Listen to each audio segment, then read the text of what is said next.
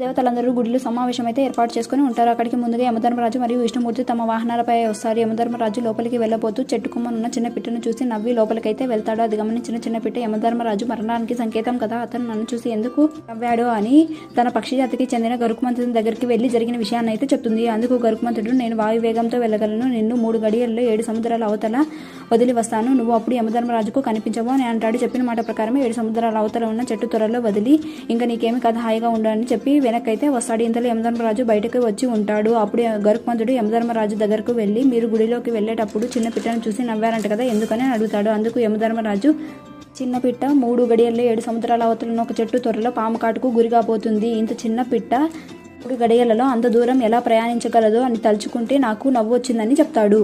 ఈ కథలో ఇక్కడ గరుత్మంతుని ఉద్దేశం మంచిది అయినప్పటికీ బ్రహ్మ రాసిన రాతను మార్చడానికి వీలు కాలేదు. అందుకే అంటారేమో, తానొకటి తెలిస్తే దైవం మరొకటి తెలుస్తని.